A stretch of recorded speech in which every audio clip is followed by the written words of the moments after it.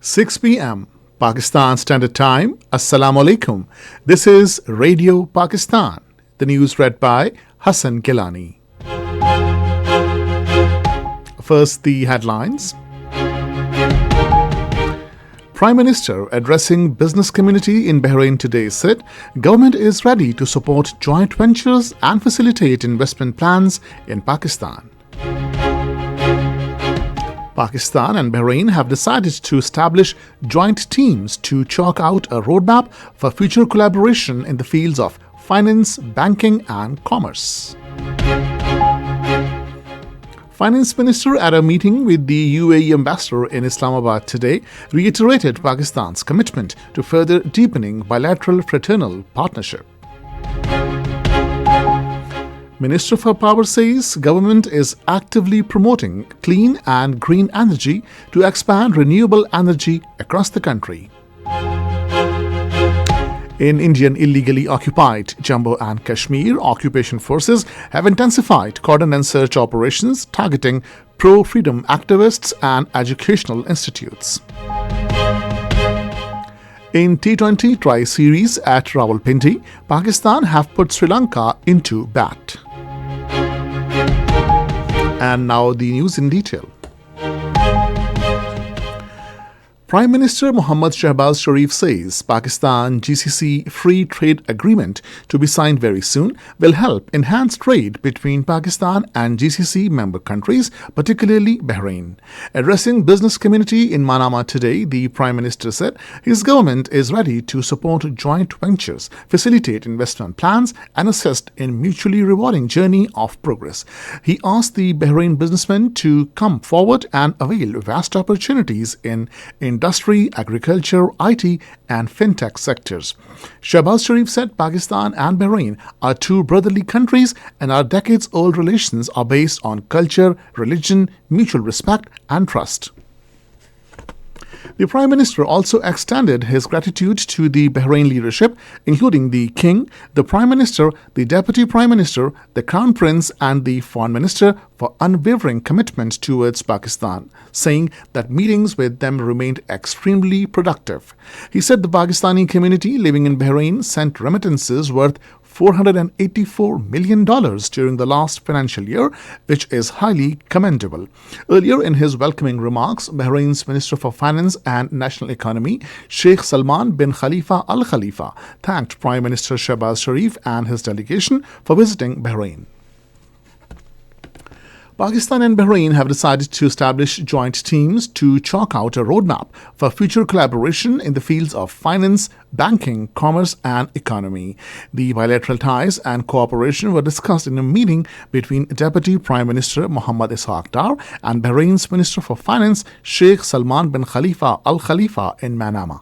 The meeting was held as a follow-up to the discussion between Prime Minister Shehbaz Sharif and Prime Minister and Deputy Supreme Commander of Bahrain, Prince Salman bin Hamd Al Khalifa.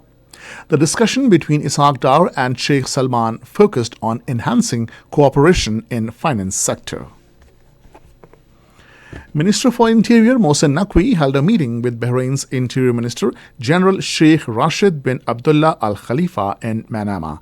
The two sides discussed bilateral relations, regional security and matters of mutual interest in detail. Both Interior Ministers agreed to enhance cooperation in counter-narcotics efforts, strengthen the capacity of law enforcement agencies and make intelligence sharing more effective. Pakistan and the United Arab Emirates have a reaffirmed commitment to deepening strategic economic partnership. This commitment was made during a meeting between Minister for Finance Mohammad Aurangzeb and Ambassador of the United Arab Emirates to Pakistan Salim bin Salim Al-Bawab Al-Zabi in Islamabad today. Speaking on the occasion, Mohammad Aurangzeb reiterated Pakistan's commitment to further deepening its fraternal partnership with the UAE. He highlighted Pakistan's significant potential in IT, AI, fintech, agriculture, minerals, logistics, and higher education collaboration. The UAE ambassador noted the deep historical linkages between the people of both countries and highlighted the long-standing contributions of Pakistani professionals across all sectors in the UAE. The Consul General of the United Arab Emirates, Bakhid Atiq Al Romaiti, called on First Lady Bibi Asifa Bhutto Zardari in Karachi today. During the meeting, he extended a formal invitation to the First Lady to join the event taking place on the occasion of the UAE National Day on Tuesday next. The First Lady thanked the Consul General for the invitation and reaffirmed the value that Pakistan attaches to its relations with the UAE. This is Radio Pakistan. Minister for Power Awais Ahmad Khan Laghari has said that government is actively promoting clean and green energy with major initiatives underway to expand renewable energy across the country. He expressed these views during the panel discussion at Pakistan Business Council's 2025 dialogue in Islamabad today.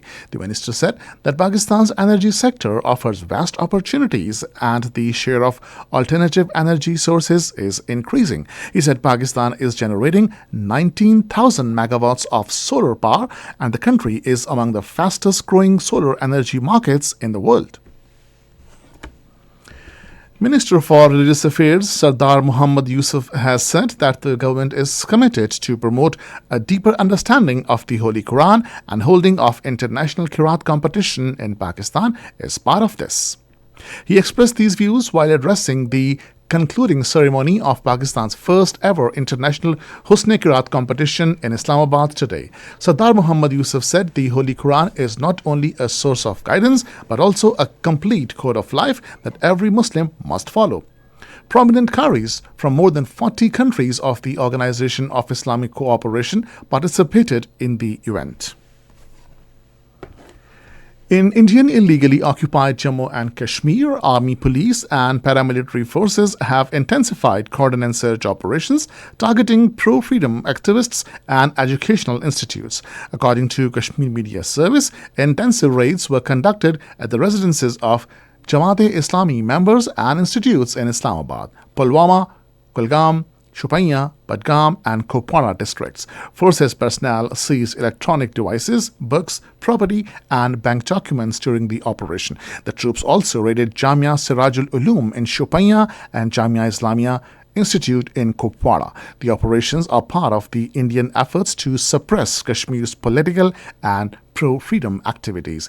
APHC spokesman Advocate Abdul Rashid Minhas has criticized India's continuing repression, including arrests and house raids, warning that such measures violate international law and threaten regional peace. Rights group Amnesty International has warned that Israeli authorities are still committing genocide in Gaza, waging new attacks and curbing critical aid access, despite the declared ceasefire.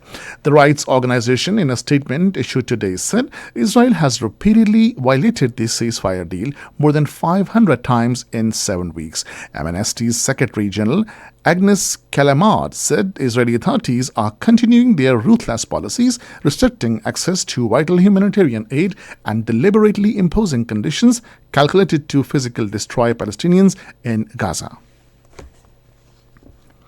In Hong Kong, firefighters today brought under control a huge blaze in an apartment complex that killed at least 55 and left nearly 300 missing. Rescuers battled intense heat and thick smoke to reach the residents feared trapped on the upper floors of the Wang Fuk Court housing complex in the northern district of Tai Po. The 8 blocks of the tightly packed complex have 2,000 apartments, home to more than 4,600 people. In China, 11 people were killed and 2 others injured when a train ran into a group of railway workers in the city of Kunming today. The train, which was testing earthquake detection equipment, hit workers on a curved section of track at the Luoyang town railway station. In Nigeria, President Bola Tinubu has declared a nationwide security emergency and ordered the army and police to recruit thousands of additional personnel to tackle worsening armed violence across the country. In the T20 Tri-Series in Rawalpindi against Pakistan, Sri Lanka was 7 for no loss in the first over a short while ago. Earlier, Pakistan won the toss and elected to field. And finally, the weather.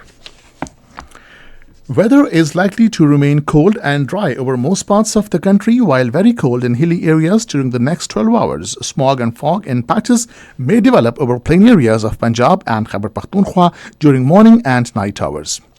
And that is the end of the news. For more news and analysis, log on to our website radio.gov.pk and also watch live video streaming of our bulletins on the link facebook.com/Radio Pakistan News Official.